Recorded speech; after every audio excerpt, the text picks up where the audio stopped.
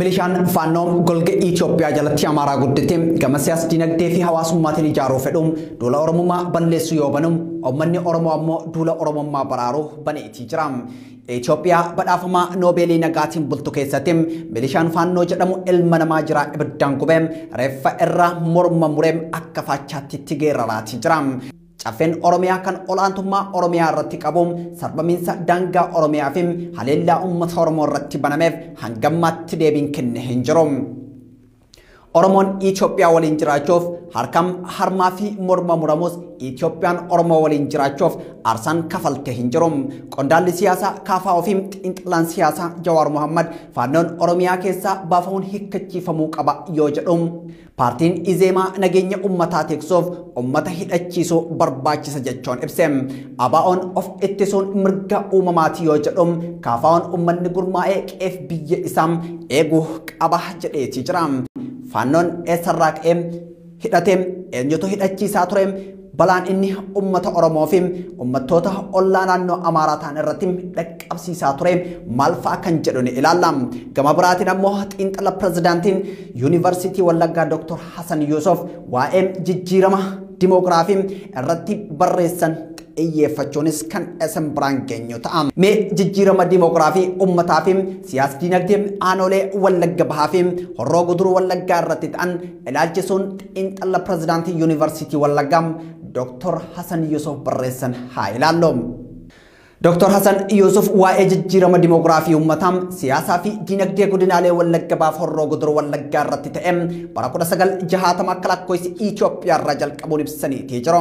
Dr. Hasan Yusuf akkanaan dhimma kana ibsu. Lagni Mormor yookaan Abbaayaan daangaa dhaabbataa Wallaggaa fi Gojjam gidduu jirudha. Kuni falmii godhatee hin beeku. Hanga bara 1960 akka lakkoofsa Itoophiyaatti Gojjamii fi Walloo irra sababa adda addaan laga Abbaayaa ce'anii gama Wallaggaa dhufan namoonni lakkoofsi isaanii muraasa ta'an godinoota lamaan keessa iddoowwan muraasa baadiyyaa fi magaalaa keessa qubatanii nagaan jiraataa turan jedhu. Baram 1977 hongee kaaba biyya keenyaa mudate ilaalchisee uummanni hawaasa Walloof Tigree irraa ta'an lakkoofsi hanga tokko mootummaa dargiidhaan fidamanii Wallagga Bahaa keessa iddoowwan gammoojjummaa fi lafa gabbataa kan akka aanaa giddaa Kiraamuu keessa akka qubatanii jiraatan taasifame. Bara 1987 hangam 1990 gidduutti karaa eenyuufuu ifa hin taaneen Gojjam keessaa namoonni lakkoofsi isaanii hedduu ta'an aanaa Qo'aareet jedhamtu tokko irraa buqqaanii karaa seeraan alaan aanaa giddaa Kiraamuu bakka adda addaa keessa akka qubatan taasifame. Itti aansee aanolee kan biraa kan Gojjam lixaa keessatti argaman irraa namoonni lakkoofsi isaanii hedduu ta'an dhufanii Wallagga Bahaa fi Horroo Guduruu Wallaggaa keessa qubachuun lafa babal'ifatanii kan Gojjam irraa gara Wallaggaa dhufan kunneen erga dhufanii qubatanii osoo waggaa 5 hin jiraatin bara 1990 akka lakkoofsa Itoophiyaatti koree adda addaa ijaaranii gaafii siyaasaa kan akka aanaa addaa yookaan lafa laga Angaarii fi Abbayaa gidduu hammatu kan isaan bulchan akka hayyamamuuf gaafii hooggansa Oromiyaa fi mootummaa federaalaa yeroo sanaa gaafachuu eegalanii. Gaafii shiraa kana pirezidaantii mootummaa Oromiyaa yeroo sanaa kabajamoo Abbaa Duulaa Gammadaa akka harkatti kuffisantu himamaatii ture. Haa ta'u malee jarri shira isaanii hin dhaabne. Bara 1992 hawaasa Oromoo aanaa Angar guutee fi Haroom naannoo Kiraamuu baadiyyaa keessa jiraatu ajjeesuu fi saamuu jalqabanii. Baruma kana keessa mootummaan Oromiyaa yommuu sanas battaluma rakkoon sun uumametti tarkaanfii olaantummaa seeraa kabachiisuu jajjabaa fudhachuun haala uumamee ture sana tasgabbeessuu dandeetii ture. Ta'us jarri gaafii siyaasaa dogongoraa isaanii hin dhaabne ture. Bara 2019 akka lakkoofsa Itoophiyaatti jijjiirama hooggansaa fi siyaasaa akka biyyaatti gaggeeffame waliin wal qabate akkasumas paartiin siyaasaa Abin jedhamu hundaa'uu hordofe jarri kun daran ijaaramuun gaafii siyaasaa dogongoraa kana akka mirgaatti akka tarkaanfachiisan ta'e. Isaan keessaa paartiin Abinii fi humni faannoon Gojjam ijaarame gara Wallaggaatti bobbaasuu hidhannoodhaan deeggarame gaafii fi fedhii siyaasaa dogongoraa sana tarkaanfachiisuu itti fufe. Waggaa lamaan darban kana gandoota aanaa Kiraamuu jala turan magaalaa Agamsaa irraa kaasee hanga Nooraa Abbayaa gidduu jiran jarri kun to'atanii bulchaa turan jechuuf ni danda'ama. amma kaasee garum iddoowwan armaan olitti caqasaman naannoo magaalaa Angarguuteem Handoodeem Dooroo Borraam dabalateem to'annaa jara kanaa jalaa bilisoomeem guutumaan guututtim mootummaa naannoo Oromiyaa jalatti buluu qaban yaada Dr. Hasan Yusuf barreessanidha. Waraana kaaba Itoophiyaattim waggaa lamaaf geggeeffamaa tureem jara kanaaf hidhannoo waraanaa gurguddaa gumaachee fi darbeem hojiin olaantummaa seeraa kabachiisuun gama Goojjamiin dhiheenya kana mootummaa naannoo Amaaraatiin hojjetamaa tureem ammoo humni finxaalessa gareen faannoo Goojjam ofiin jedhu kun meeshaa gurguddaa waliin akka as gara Wallaggaatti ce'uun yookaan dhiyeessu taasiseetii jira.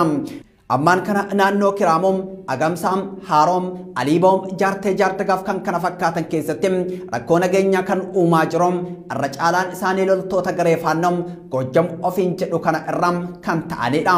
Rakkoo nageenyaa naannoo Wallaggaa kana keessatti waggaa 4 ture kunis jarri kun waan hundumaan akka of jabeessan haala mijataa uumee jiraaf hidhannee waraana shanee ittiin ofirraa eegnam yaada jedhu jarri kun yeroo hedduu tarkaanfachiisaa turan hooggansa siyaasaa mootummaa seenaa dubduubee fi fedhii siyaasaa jara kanaa hin beekneef dhugaa itti fakkaachuu mala. Ani garuu akka nama naannoo kanatti dhalatee guddatee tokkootiif sirriitti isaan beekutti dubbiin kun oolee bulee rakkoo hamaa amman kana dhalte kana akka fiduuf deemu durseen beekaa ture.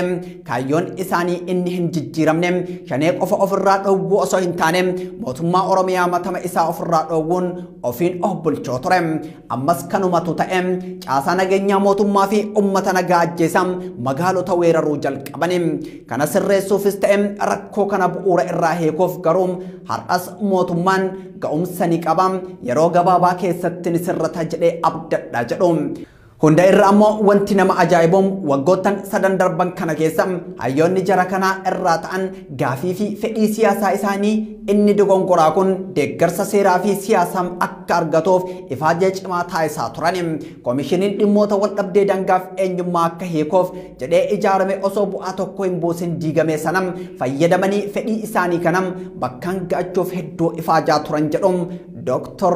Hasan Yusuf dhumarratti akka nama siyaasaa qorannoo beekuuf muuxannoo hojii qorannoo qorachaa yeroo dheeraa qabu tokkotti wanti ani hubadhu tokkom gaafilee deebiin isaanii osuma qorannoo hin geggeessin beekamuu danda'aniif jecham qorannoo geggeessuun ofumaa qarshiif humnaaf yeroo qisaasuudhaan bu'aan dhuma hojii qorannoo akkasiirraa argamu malu jijjiirama waliigalaa naannoo sana ture gad fageenyaan hubachuun qaamni barbaadu yoo jiraate garuu waggaa 50 hanga 60 dubduubee deebinee eegaluudhaan hanga har'aatti jijjiirama dhimmoota akka dimoogiraafii uummataa fi quubsama hawaasaa akkasumas jijjiirama itti fayyadama lafaafim uwwisa lafaa yookaan bosona naannoo sanaa irratti deemaa ture lafaaf samii irraan argisiisuun kan danda'u qorannoo saayinsaawaa kan haqaaf dhugaa qofa irratti hundaa'ee geggeessinee bu'aa isaa dhiyeessuuf beekumsaa fi ga'umsa barbaachisu hundaa ni qabna.